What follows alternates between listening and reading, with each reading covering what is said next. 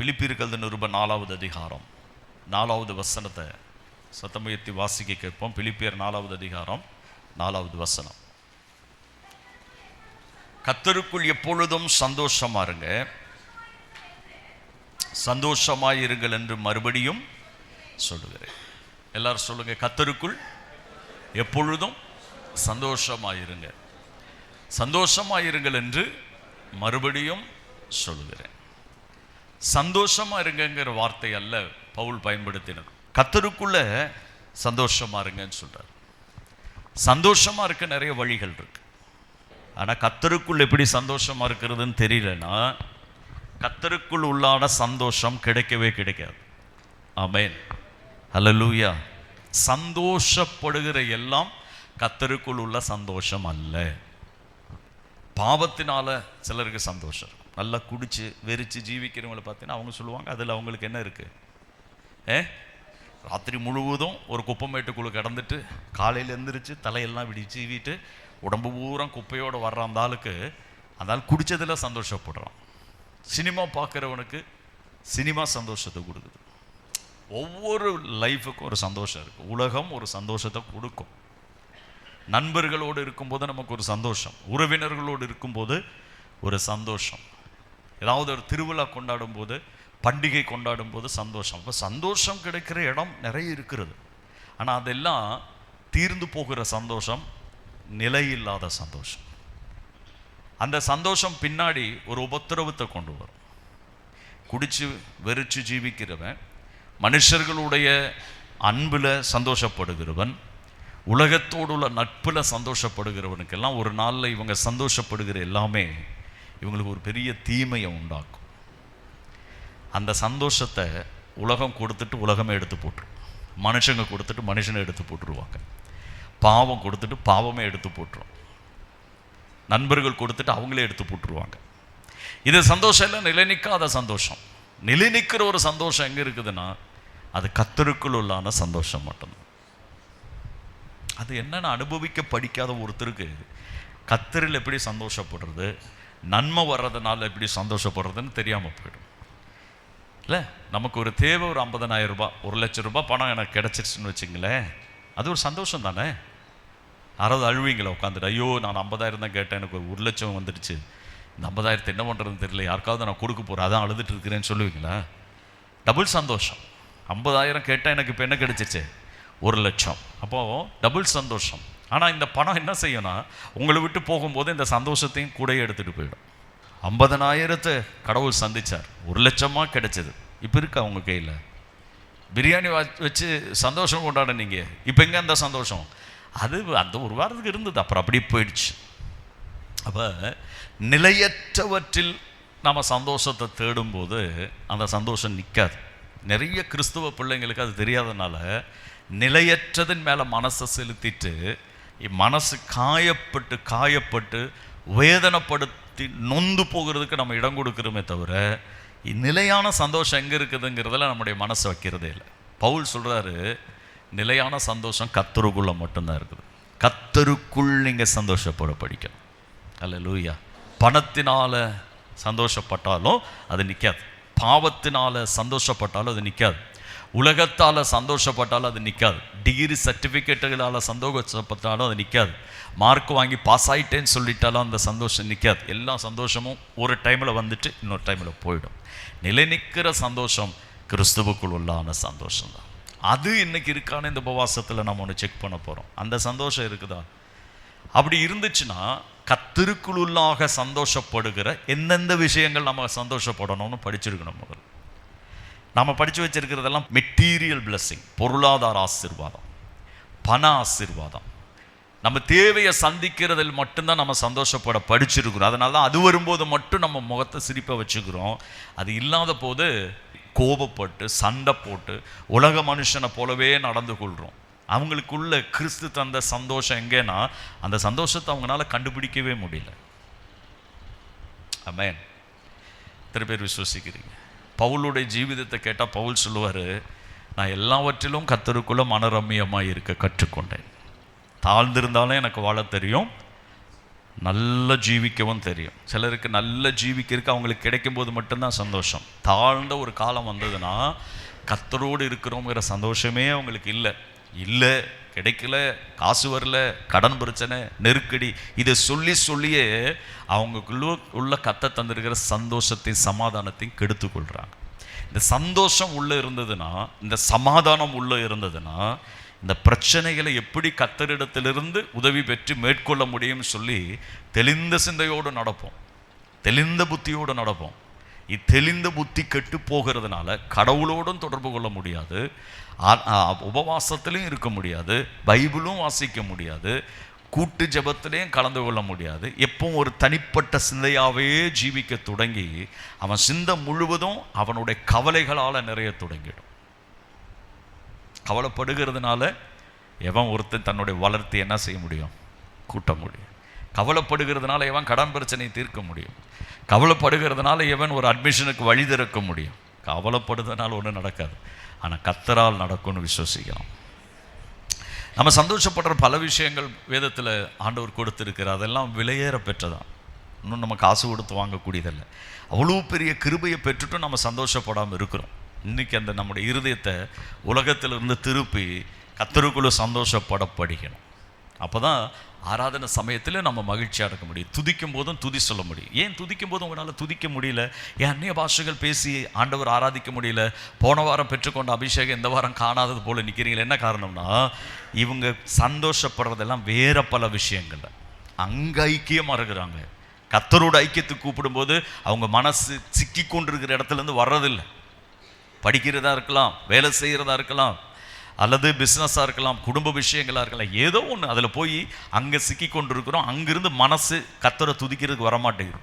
தினந்தோறும் துதித்து, தினந்தோறும் கர்த்தரை பாடி, தினந்தோறும் வேத வாசித்து அந்த சிந்தையை கிறிஸ்து இயேசுவுக்குள்ள பாதுகாத்து கொள்கிறவங்களுக்கு ஆராதிக்கும் போது சுதந்திரம் ஆராதிக்க முடியும், வாய் திறந்து ஆராதிக்க முடியும், அந்நிய பாஷைகள் ஆராதிக்க முடியும். இப்போ ஏதோ பம்ப் அடித்து உள்ளே இருக்கிற தண்ணியை வெளியே கொண்டு வர்ற மாதிரி 1 மணி நேரம் நடத்தினா தான் சிலருக்கு ஆராதனை வெளியே வருது. ஏன்? இவங்களுடைய மனசு சந்தோஷப்படும்படி வேற எங்கேயோ போய் ஃபிக்ஸ் ஆகிருக்கு. அந்த மனசு அங்கிருந்து கலன்று கர்த்தருக்குள்ள வர்றதில்லை. புரிந்து கொண்டவங்களுக்கு ஸ்தோத்திரம். அல்லேலூயா.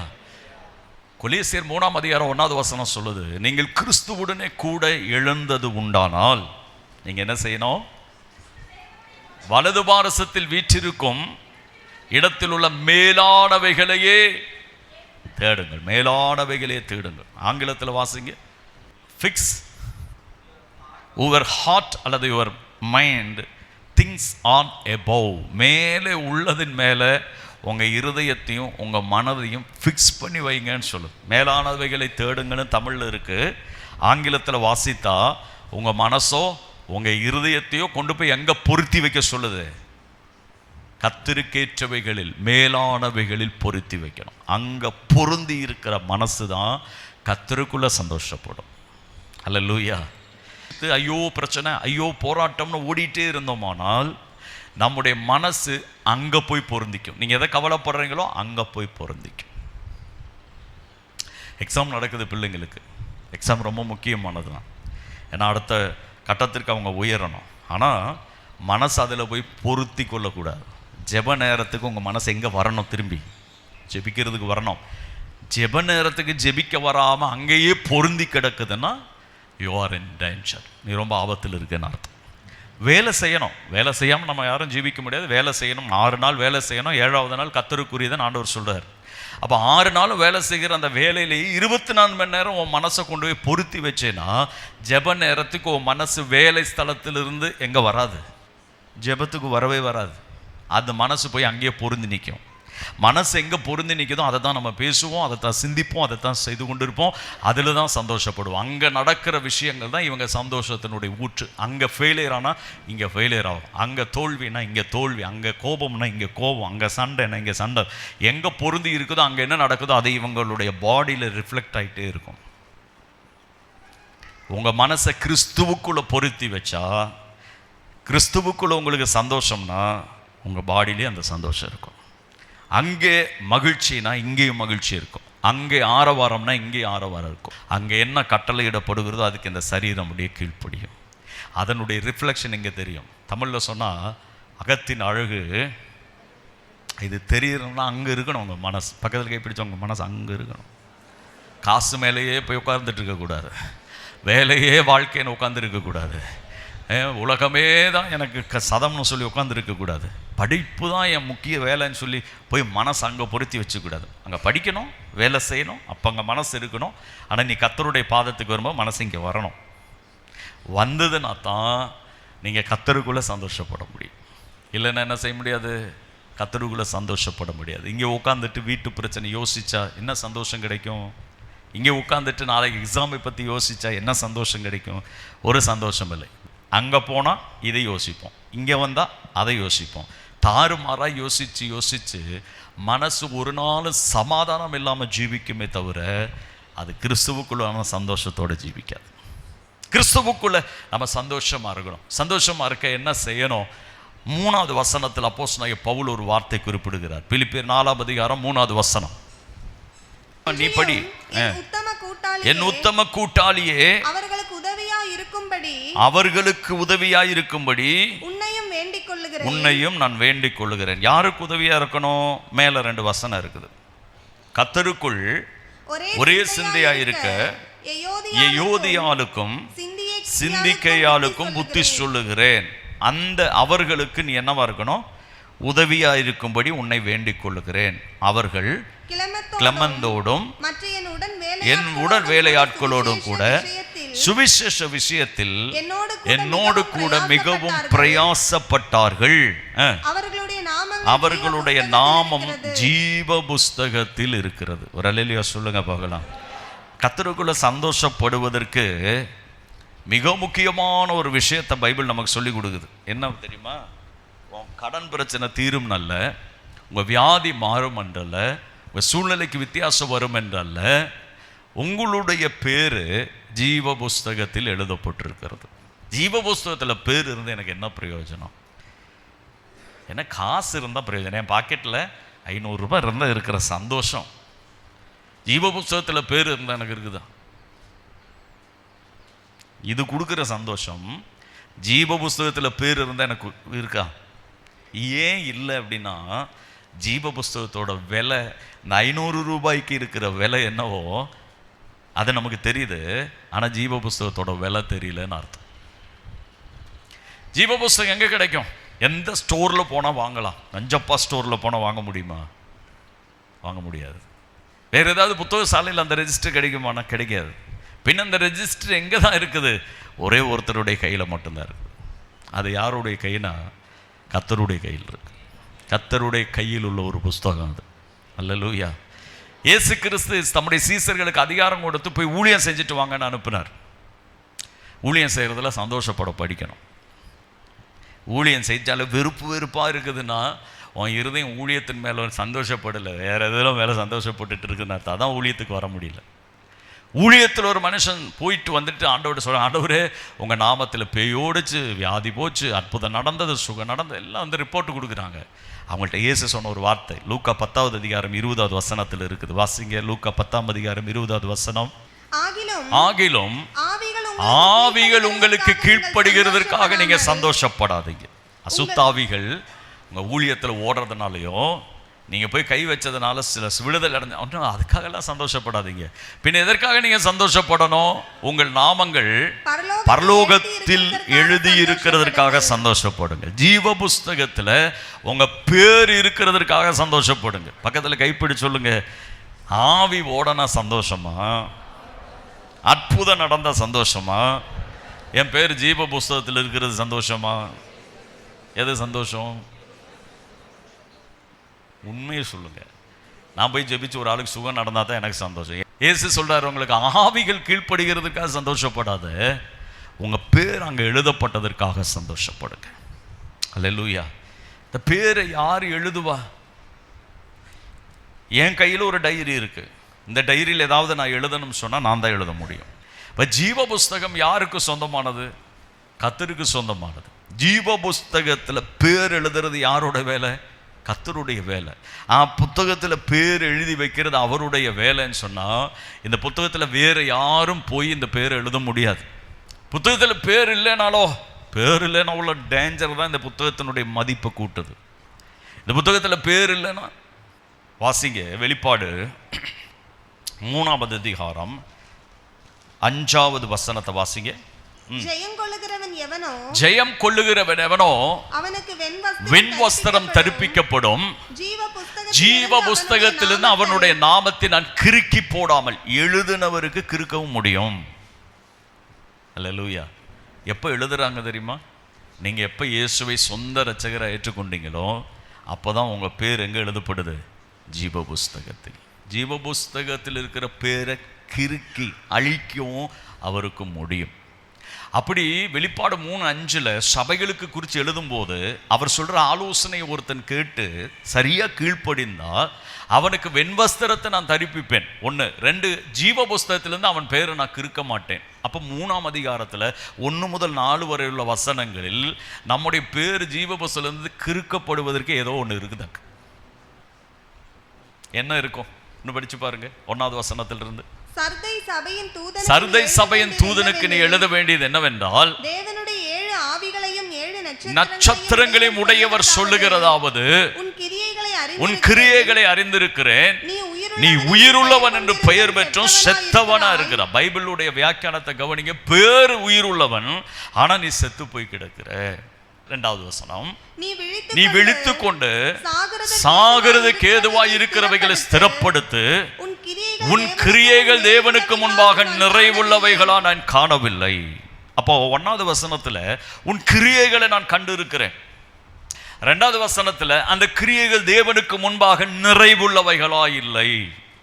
சபைக்குள் இருக்கிற ஒரு விசுவாசி, ரட்சிக்கப்பட்ட ஒரு தெய்வ பிள்ளை, அவனுடைய ஜீவிதத்தில் தேவன் கொடுக்கிற திருவசனத்தின் அடிப்படையில் சிலதை செய்யாததுனால, அவனுடைய கிரியைகள் தேவனுக்கு முன்பாக நிறைவுள்ளவைகளாய் மாறாததுனால அவன் கொஞ்ச நாள் ஆகும்போது என்னவா மாறுகிறான் என்றால், உயிருள்ளவன் அவன் தன்னை சொல்லிக்கிட்டாலும் ஆத்மீகமாக தேவனோடுள்ள உறவு சம்பந்தமான விஷயத்தில் அவன் செத்து போகிறவனா இருக்கிறான், மரிக்கிறவனா இருக்கிறான். அவர் சொல்றாரு, உன் கிரியைகள் நிறைவுள்ளவைகளா வரலன்னா அந்த கிரியைகள் என்ன? அது தேவன் அந்த சபைக்கு கொடுக்கிற தூதுகள் அனுசரித்து செயல்படாத தன்மைன்னு அர்த்தம். திருவசனத்தை கேட்கிறவர்களா மட்டும் இருந்துட்டு அதன்படி செய்யாம போகிறவர்கள் நாளடைவில் உயிருள்ளவன் என்று சொன்னாலும் அவங்களுடைய நிலைமை மரித்து கிடக்க ஆரம்பிக்கும். ஆண்டவர் சொல்றார், அப்படி சாவதற்கு ஏதுவா இருக்கிறத நீ ஸ்திரப்படுத்து. மறுபடியும் அந்த ஜீவனுள்ள நிலைமைக்கு திரும்பி வா. கர்த்தர் பேசும்போது திரும்பி வரணும். 3வது வசனத்துல சொல்றாரு, நீ கேட்டு பெற்றுக்கொண்ட வகையை. அப்ப சபைக்கு கொடுத்த தூது தான் கேட்க வேண்டியது. சபை கூடி வரும்போது தேவன் தம்முடைய தாசர்கள் மூலம் சொல்லுகிற திருவசனங்களை கேட்கணும்.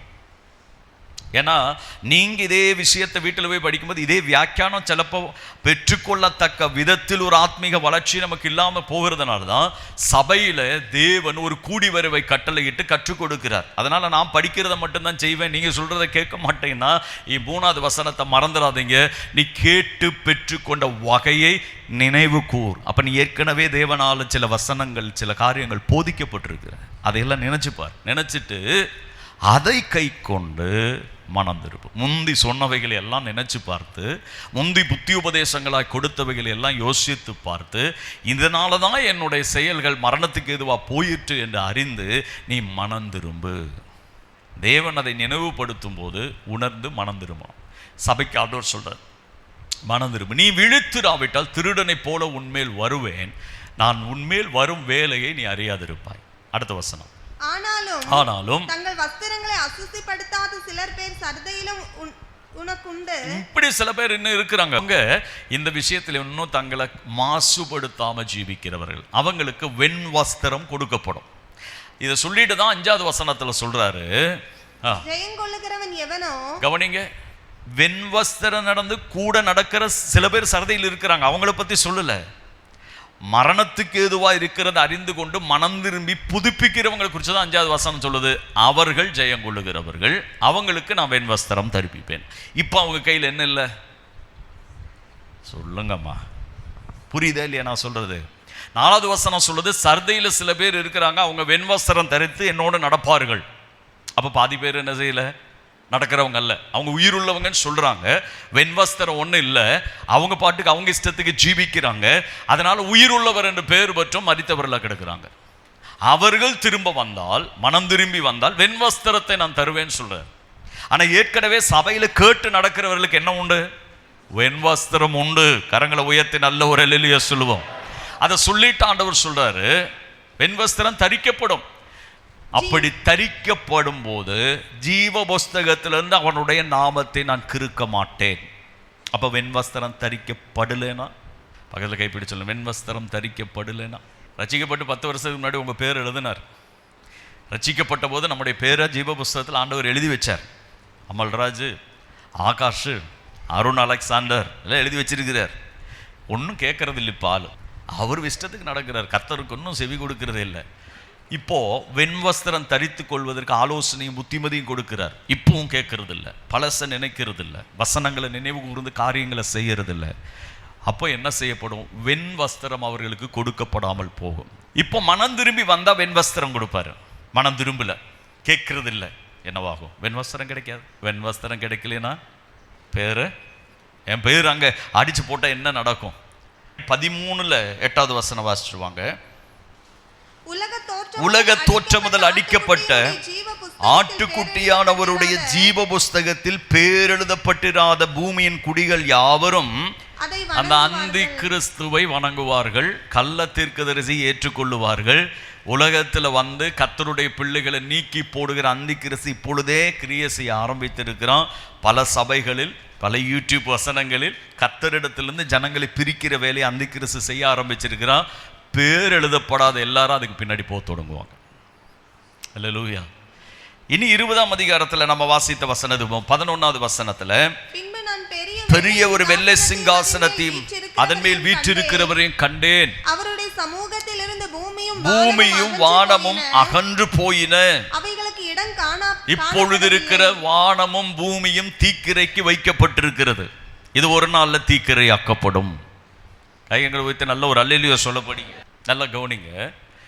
பைபிள் சொல்லுது, வானமும் பூமியும் அகன்று போகும். அடுத்த வசனம், மரித்தோராகிய சிறியோரும் பெரியோரும் தேவனுக்கு முன்பாக வந்தார்கள்.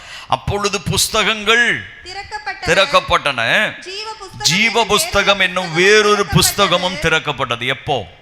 பீமா சீட் என்று சொல்லுவாங்க. இதுக்கு இன்னொரு வார்த்தை சொன்னா ஜட்ஜ்மெண்ட் டே, நியாய தீர்ப்பு நாளில் உங்களை உள்ள விடலாமா வேண்டாமான்னு நியாயம் விதிக்க போற புத்தகங்கள்ல ஒரு புத்தகம் ஜீவ புஸ்தகம்.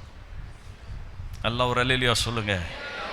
அடுத்த வசனத்தை படிங்க, ரொம்ப முக்கியம். அடுத்தது தொடர்ந்து படிங்க. அப்பொழுது அந்த புஸ்தகங்களில் எழுதப்பட்டவைகளின்படியே மரித்தோர் தங்கள் தங்கள் கிரியைகளுக்கு தக்கதாக நீர். பேர் இருக்குதான்னு முதல்ல பார்க்குறாங்க. பேர் இருக்குதா? உன் பேர் என்ன? வின்சென்ட். ஆண்டவர் ஜீவ புஸ்தகத்தில் பார்க்குறாரு. இப்படி ஒரு பேரவே காணோம். என்னவா இருக்கும் வின்சென்ட் கிடைக்க போகிற நியாய தீர்ப்பு? உங்கள் பேரை யோசிச்சு பாருங்க. உங்கள் பேர் போய் தேடி பார்க்கும்போது ஜீவ புஸ்தகத்தில் காணோம். இங்கே சர்ச்சில் இருக்குது, இங்கே ஆராதிக்கிறீங்க, இங்கே எல்லாம் ஓகே. ஆனால் அங்கே போகும்போது ஜீவ புஸ்தகத்தில் பேர் இல்லை. ஏன்? பேர் எழுதுறது பாஸ்டருடைய வேலை இல்லை, பேர் அழிக்கிறதும் பாஸ்டருடைய வேலை இல்லை. பின்ன யார் அதை செய்யணும்? கர்த்தர் தான் செய்யணும். கர்த்தர் எதை வச்சு உங்க பேர் எழுதுறான்னா, நீங்க ரட்சிக்கப்பட்டு அவரை சொந்த ரட்சகரை ஏற்றுக்கொண்ட போது உங்க பேர் அதில் எழுதப்படுது. பின்பு நீங்க அவருடைய சப்தம் கேட்காம, அவருக்கு விருப்பமானதை செய்யாம சொந்த இஷ்டப்படி ஜீவிக்கும் போது இப்பேரை கிறுக்கிற உரிமையும் அவரிடத்துல இருக்குது. அப்போ நியாய தீர்ப்புல போய் எல்லாரும் நிற்கும் போது அதுல பேர் இல்லைன்னா எங்க போக முடியாது. இடம் வந்து கவர்மெண்ட் அலாட் பண்ணி கொடுக்குது இல்லையா, அங்கங்க இந்த பஞ்சாயத்துல இருந்து. அப்போ பேர் இருக்கான்னு போய் பார்க்கும்போது அவங்க பேர் இருந்தால் என்ன சந்தோஷம். எங்களுக்கு அந்த பேரில் என்ன நடந்திருக்குது? Allotment. Loan, free loan apply பண்ணியிருக்கிறாங்க. பேர் ஒரு தடவை வந்துச்சான்னு போய் பார்த்தா பேரை காணோம். ரொம்ப துக்கம். நாங்கள் ஜெபம் பண்ணிகிட்டே இருக்கிறோம், எங்களுக்கு என்ன பேர் வரல. இன்னொரு தடவை போய் பார்க்கும்போது பேர் வந்துருச்சு. அப்போ எவ்வளோ சந்தோஷம். அப்போ லோன் கிடைக்க போதுன்னு அர்த்தம். அப்போ ஒரு லிஸ்ட்டில் பேர் இருந்தால் இடம் கிடைக்கிறத விட, ஒரு லிஸ்ட்டில் பேர் இருந்து லோன் கிடைக்கிறத விட, ஒரு லிஸ்ட்டில் பேர் இருந்து அட்மிஷன் கிடைக்கிறத விட எத்தனையோ கோடி மடங்கு உயர்ந்தது ஜீவ புஸ்தகத்தில் பேர் இருக்கிறது. நீங்கள் இதில் சந்தோஷப்படுறீங்க. உங்கள் சந்தோஷம் இதில் தற்காலிகமாக வந்து தற்காலிகமாக போகிற பிரச்சனைகளில் உங்கள் சந்தோஷத்தை தொலைப்பதை பார்க்கல நல்லது. நீங்கள் சொல்லணும், ஜீவ புஸ்தகத்திலேயே என் பேர் இருக்கிறதுனா என்ன அவர் நினைக்காமல் இருப்பாரா? அதில் சந்தோஷப்படுகிறவர்கள் தான் ஆசீர்வதிக்கப்பட்டவர்கள். அப்ப ஜீவபுஸ்தகத்துல பேர் இல்லை, அடுத்து என்ன நடக்கும்? நியாய தீர்ப்படைந்தார்கள். அடுத்த வசனம், சமுத்திரம். சரி, எல்லாரும் நியாய தீர்ப்புக்கு வருகிறாங்க. அதுதான் அடுத்த 13வது வசனம் சொல்லுது. 14வது வசனம், அப்பொழுது மரணமும் பாதாளமும் அக்கினி கடலில் என்ன செய்யப்பட்டது? தள்ளப்பட்டது. 15வது வசனம், ஜீவ புஸ்தகத்தில் எழுதப்பட்டவனாக காணப்படாத. எவனோ பேர் ஜீவ புஸ்தகத்தில் இல்லை. அங்க மரித்தோரா இருக்கலாம், ஜீவனோடு வந்தவங்களா இருக்கலாம், எல்லாம் நியாய தீர்ப்புல வந்து நிற்கும் போது ஜீவ புஸ்தகத்துல பேர் இல்லை பிரதர். நான் ஜெபிக்கிறதுனால என் மனைவி பேரு சும்மா உன் ஆண்டவர் எழுதி சேர்க்க மாட்டார். நான் ஊழியம் செய்யறதுனால என் பையனோட பேரு எக்ஸ்ட்ராவா உள்ள ஒன்றும் சேர்ந்து வராது. அவரவர் இயேசுவை சொந்த இரட்சகராக ஏற்றுக்கொண்டு அவரவர் கிறிஸ்துவின் வசனங்களை கடைபிடித்து ஜீவிக்க முன் வந்தா மட்டும்தான் பேர் அங்க இருக்கும். இல்லைன்னா சிலப்போ என் பேர் இருக்கும், சிலப்போ என் வீட்டில் அம்மாவோட பேர் இருக்காது, சிலப்போ அவங்க பேர் இருக்கும், சிலப்போ என் பேர் இருக்காது, என் வீட்டில் உள்ள பிள்ளைகளோட பேர் இருக்காது, எங்கள் சொந்தக்காரங்களுடைய பேர் இருக்காது. நான் என் பேரில் இருக்கிறனால எல்லாத்தையும் இலவசமாக சேர்த்திக்கிறதுக்கு தேவன் அநீதி உள்ள தெய்வம் ஒன்றும் அல்ல. அவனுக்கு பேர் எழுதினபடி நடக்கும். உங்கள் பேர் இருக்கா? முதல்ல இருக்குதுன்னா முதல் அடையாளம் என்ன தெரியுமா? இயேசுவை நான் சொந்த இரட்சகராக ஏற்றுக்கொண்டு இருக்கிறேன். மூழ்கி ஸ்நானப்பட்டு நான் அவரை சாட்சி கொடுத்திருக்கிறேன். 2வது, சபையில் சேர்ந்து கிறிஸ்துவனுடைய வசனங்கள் படித்து அவருடைய மீட்கப்பட்ட ஜனமா மனவாட்டியை நான் வளர்ந்து கொண்டு இருக்கிறேன். அதுதான் நான் பேர் அங்கே இருப்பதற்கான அடையாளம். வசனத்தை புரட்டணும் பேர் இருக்காது. உள்ள வந்துட்டு சபையில் வந்துட்டு மெம்பர்ஷிப் ஆகிட்டு பின்ன நாம வந்து கர்த்தருடைய வசனத்தை கேட்காம நடந்தா பேர் கிறுக்கிடுவார் ஆண்டவர். அப்போ பேர் அங்கே ரெஜிஸ்டர்ல என்ன செய்யாது? இருக்காது. ஒரு அலையிலையோ சொல்லுங்க, இருக்காது. பக்கத்தில் கைப்பிடி சொல்லுங்க, இருக்காது. 21வது அதிகாரத்துக்கு போங்க. பேர் இல்லாதவனை எங்க தள்ளுறாரு ஆண்டவர்? 15வது வசனத்துல அக்கினி கடல்ல தள்ளிடுறார். பேர் இல்லைன்னா எங்க போக போறோம்? சொல்லுங்க பக்கத்துல. 2ஆம் மரணமாகிய அக்கினி கடலுக்கு போக போறோம். ஸ்நேகதீரம் பீச் ஒன்றும் இல்லை, அக்கினி கடல். ஏதோ ஸ்விம்மிங் பூல்ல போய் குதிக்கிற மாதிரி ஒன்றும் குதிக்க முடியாது. முடிஞ்சது அதுக்கப்புறம் நீ அதுல இருந்து திரும்பி வெளியவே வர முடியாது, வாய்ப்பே இல்லை. அப்போ திரும்ப பேர் எழுதப்படுறதுக்கு வாய்ப்பு இருக்கா? இருக்கு. உண்மையா மனம் திரும்பினா வெண்வஸ்திரத்தை தேவன் கொடுத்தாருன்னா பேர் இருக்கும், இல்லைன்னா பேர் இருக்காது. அதனால தான் சொல்றது திருவசனத்தை அவ்வளவு கனமா வைக்கணும். ஏன்னா ஆண்டவர் இவ்வளவு பெரிதான ரட்சிப்பு கொடுத்து இந்த ரட்சிப்பை நம்ம கனமா நினைக்கலனா. எபிரேயர் 2ஆம் அதிகாரம் 4வது வசனம் சொல்லுகிறது, இவ்வளவு பெரிதான ரட்சிப்பை குறித்து நாம் கவலையற்று இருப்போமானால் தண்டனைக்கு எப்படி தப்பித்துக் கொள்ள முடியும்? ரட்சிக்கப்பட்டுட்டோம், ஆனா அந்த ரட்சிப்புக்கு ஏற்ற விதத்தில் இல்லாம ரட்சிப்பை விட்டு விலகி ஜீவித்தா பின்ன நம்ம தப்புவிக்கிறதுக்கு ஒண்ணுமே கிடையாது. பின்ன தப்புவிக்க ஒரு வழிதான் உண்டு. ஆண்டவர் சொன்ன வசனங்களை கேட்டு மனம் திரும்பி ஆண்டவர் இடத்துல மனம் பொருந்தி வந்தால் ஆண்டவர் மறுபடியும் வெண்வஸ்திரம் தரித்து ஜீவபுஸ்தகத்தில் பேர் எழுதும். உலகத்தை ரட்சிக்க தேவன் ஒரு வழியை உண்டாக்கி இருக்கிறார். விசுவசித்த நம்ம உலகத்திலிருந்து வேறுபடுத்தி சபையில் உட்கார வச்சிருக்கிறார். நம்ம உள்ள உட்காந்துட்டு அப்போ வெளியே இருக்கிறவன் என்ன நடக்கும்? வெளியே இருக்கிறவன்லாம் ரட்சிக்கப்படலைனா, வெளியே இருக்கிறவெல்லாம் சொந்தக்காரங்கள்லாம் இயேசு வரையலாம், அவங்களும் இயேசுவை தானே பின்பற்றுறாங்க, அவங்களும் அப்படித்தானே ஜெபம் பண்ணுறாங்க, அவங்களும் இப்படித்தானே ஜெபம் பண்ணுறாங்க. கடவுள் எங்களிடத்துல திருவசனம் கொண்டு அப்படி சொல்லவே இல்லை. அவரை ஏற்றுக்கொள்றதுக்கு ஒரு வழி மாத்திரம்தான் உண்டு, பல வழிகள் இல்லை. நீங்க திருவசனத்தை பூசா எழுதி எல்லாம் வந்து வியாக்கியானம் கொடுக்க முடியாது, பேர் அடிபட்டு போயிடும். இஸ்ரவேல் ஜனங்களை ஆண்டவர் அழிக்க தீர்மானிக்கிறார். அவங்களை அழிக்கணும்னு முடிவு பண்ண உடனே அவங்களை அழிப்பேன்னு வந்து மோசைட்ட சொல்றார். மோசை என்ன சொன்னார் தெரியுமா? ஆண்டவரே, நீர் அவர்களை ரட்சித்தருளிவேனா ரட்சித்தருளும், இல்லாவிட்டா அவங்கள ரட்சிக்க மாட்டேன் அழிச்சிருவேன்னு சொன்னீங்கன்னா என் பேரையும் ஜீவ புஸ்தகத்தில் என்ன செய்யுங்க? கிறுக்கி போடுங்க. யாத்ரா 32ஆம் அதிகாரம் 32, 33வது வசனம் வாசிங்க. யாத்ராகமம் 32, 33. ஆகிலும் தேவரீர் அவர்கள் பாவத்தை மன்னித்தருள்வீரானால் மன்னித்தருளும், இல்லாவிட்டால் நீர் எழுதின உம்முடைய புஸ்தகத்தில் இருந்து, பக்கத்துல கைப்பிடி சொல்லுங்க, நீர் எழுதின உம்முடைய புஸ்தகத்தில் இருந்து. அப்ப இந்த புஸ்தகத்தை யார் எழுதுறது? கர்த்தர் தான் எழுதுறார். நீர் எழுதின உம்முடைய புஸ்தகத்திலிருந்து என் பேரை கிறுக்கி போட ஆண்டவரே, என் பேரை அழிச்சிடுங்கன்னு சொல்றார். அதுக்கு ஆண்டவர் என்ன சொன்னார்? 33வது வசனத்தில், அப்பொழுது கர்த்தர் மோசையை நோக்கி, எனக்கு விரோதமாய் பாவம் செய்தவன் எவனோ அவன் பேரை என் புஸ்தகத்திலிருந்து கிறுக்கி போடுவேன். அப்ப கிறுக்கிறதும் எழுதுறதும் அவர் தான். பாவம் செய்கிறவன் அவன் பேரை ஜீவ புஸ்தகத்திலிருந்து கிறுக்கி போட்டுருவேன். அப்ப வீழ்ந்த மறுபடியும் எழுதிருக்க வாய்ப்பில் இருக்கு. அதனால தான் ஆண்டவர் சொன்னார், மனம் திரும்பி வந்தால் வெண்வஸ்திரம் தரிப்பேன், அப்பொழுது உன் பேரு ஜீவ புஸ்தகத்தில் இருக்கும். இல்லாவிட்டா நீ போக போகிற இடம் அக்கினி கடலாக இருக்கும். அங்கே போகணுன்னு எத்தனை பேருக்கு விருப்பம் இருக்குது? இப்போவே சூடு சகிக்க முடியாமல் என்ன டைம் எல்லாம் மாற்றி வச்சுருக்கிறோம். ஆராதனைக்கு வீட்டை விட்டு வெளியே வர்றதில்லை, தர்பூசணி பழமாக சாப்பிட்டுட்டு இருக்கிறோம், ஜூஸாக குடிச்சிட்டு இருக்கிறோம், ஃப்ரிட்ஜில் தண்ணி வச்சு தான் குடிக்கிறோம். இந்த சூட்டை தணிக்கவே இவ்வளோ செய்கிறோமே, அக்கினி கடல் எப்படி இருக்கும்? பெரிய டவர் லைன் போகுது இல்லையா, இபியோட டவர் லைன், அது கீழே பார்த்தீங்கன்னா ஒரு படம் போட்டிருப்பாங்க, டேஞ்சர்னு ஒரு படம், அப்புறம் 2 எலும்புக்கூடு, அப்புறம் ஒரு மண்டைக்கூடு இருக்கும். கீழே எழுதி வச்சுருப்பாங்க 20,000 கிலோவாட்ஸ். மேலே போனேன்னா நீ இப்படி ஆகி போயிடுவேன்னு அர்த்தம். இப்படி மாத்திரம் இல்லை, எலும்பு கூட கிடைக்காது, எல்லாம் அப்படி பஸ்பமாயிரும், எரிஞ்சு போயிடும். 20,000 கிலோவாட்ஸ் டவர் லைனுக்கு அதை உண்டாக்க முடியும்னா அக்கினி கடலோ எரிக்கும்.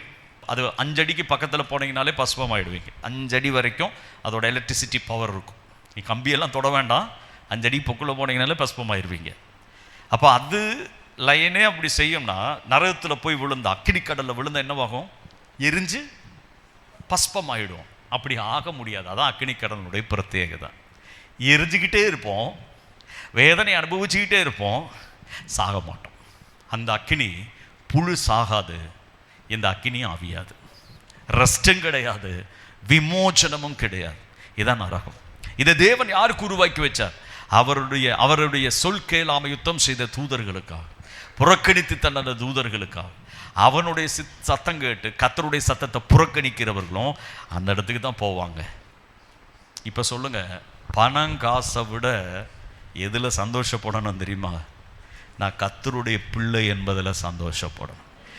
இங்கே 10 சென்ட் இடம் கிடைக்காம போகலாம், வாகனம் உயர்ந்தது கிடைக்காம போகலாம், நான் ஆசரவு போல சிலப்போ பிச்சை எடுத்து ஜீவிக்க வேண்டியது வந்தாலும் எனக்கு ஒரு நம்பிக்கை உண்டு, என் பேர் ஜீவ புஸ்தகத்தில் இருக்கிறது, நான் கண் அடைத்த தெய்வராஜ்யத்தில் பிரவேசிக்க முடியும். உங்கள் பேர் அவருடைய புத்தகத்தில் எழுதி வச்சிருக்கிறார்னா, உங்கள் பேரை அவருடைய உள்ளங்கையில் பொறிச்சு வச்சிருக்கிறார்னா, உங்கள் பேர் அவருக்கு மறக்காது, நீங்களும் மறக்கப்பட மாட்டீர்கள். கர்த்தர் உங்களுக்கானது எல்லாம் செய்ய வல்லமை உள்ளவர். இந்த பகல் அதை விசுவசிக்கிறவங்க கரங்களை உயர்த்தி சொல்லுங்க, ஆண்டவரே நீர் எனக்கு எல்லாம் செய்ய வல்லமை உள்ளவர், என்னை ரட்சித்து என் பேரை ஜீவ புஸ்தகத்தில் எழுதின தேவன் அதை காட்டிலும் பெரிய காரியங்களை எனக்காய் செய்ய வல்லமை உள்ளவர். எதில் பிரதர் சந்தோஷப்படுறீங்க? வேலை கிடைக்கலன்னா சந்தோஷம் போகக்கூடாது, வேலை கிடைக்கலனாலும் சந்தோஷப்படணும். இந்த வேலையில் என்ன இன்னொரு வேலையை தர, நீ அப்ளிகேஷன் போட்டதுனால எல்லாம் வேலை கிடைக்கிறது, நீங்கள் யாரையோ போய் இப்போ பார்த்து பேசுனதுனால எல்லாம் உங்களுடைய காரியங்கள் ஜெயமாகிறது, அதெல்லாம் உங்கள் கடமை. இது ஜெயம் ஆகணுமா ஜெயம் ஆக வேண்டாமான்னு தீர்மானிக்கிற ஒருவர் உங்களோடு கூட இருக்கிறார். அவர் என்ன தீர்மானிக்கிறாரோ அதுதான் நடக்கும். Praise the Lord. தேவன் தம்முடைய சபையோடு தான் பேசுகிறார், தாம் ரட்சித்தெடுத்த ஜனதோடு தான் பேச விரும்புகிறார். ரோட்டில் போகிறவங்ககிட்ட எல்லாம் பேச விரும்புகிறல. ரோட்டில் போகிறவனுக்கு ஒரே ஒரு மெசேஜ் மட்டும்தான், இயேசு உன்னை ரட்சிக்கிறார், அவர் மட்டும்தான் வழி. இது மெசேஜ் மட்டும்தான் வெளியே உள்ளவனுக்கு, உள்ளவனுக்கு தான் பாக்கி எல்லாம். ஏன்னா அவனுக்கு நித்தியத்தை குறித்த எந்த விமோச்சனமும் கிடையாது. உள்ளவங்களுக்கு நித்தியத்தை குறித்த ஒரு பெரிய நம்பிக்கை இருக்கிறது. அவன் எங்கே போவான்னு தெரியும், நாம் எங்கே போவோன்னு தெரியும். அவன் வாழ்க்கையும் உங்கள் வாழ்க்கையும் தராசில் வச்சு கம்பேர் பண்ணால் தோற்று போவீங்க. உங்கள் அழைத்த இயேசுவின் மேலே விசுவாசம் வைங்க. சேர்ந்து கரங்களை உயர்த்தி. அப்போ உங்கள் பேரு ஜீவ புஸ்தகத்தில் எழுதப்பட்டதற்காக சந்தோஷப்படணும். எத்தனை பேரோட மைண்ட் செட் இப்போ மாறுது? எதுக்கு கவலைப்படுறீங்க? என்னை ரட்சித்த ஒரு தேவன் என்னோடு இருக்கிறார், என்னை விடுவித்த ஒரு தேவன் என்னோடு இருக்கிறார், என் பேரை ஜீவ புஸ்தகத்தில் எழுதின கர்த்தர் என்னோடு இருக்கிறார். அவர் தான் நியாயாசனத்தில் உட்கார்ந்து மரித்தோரையும் ஜீவனுள்ளோரையும் நியாயம் தீர்க்க போகிற கர்த்தர். அவரே என் கூட இருக்கிறத பார்க்கல பெரிய சந்தோஷம் வேறொன்றும் இல்லை. அதில் சந்தோஷப்படணும். அல்லேலூயா.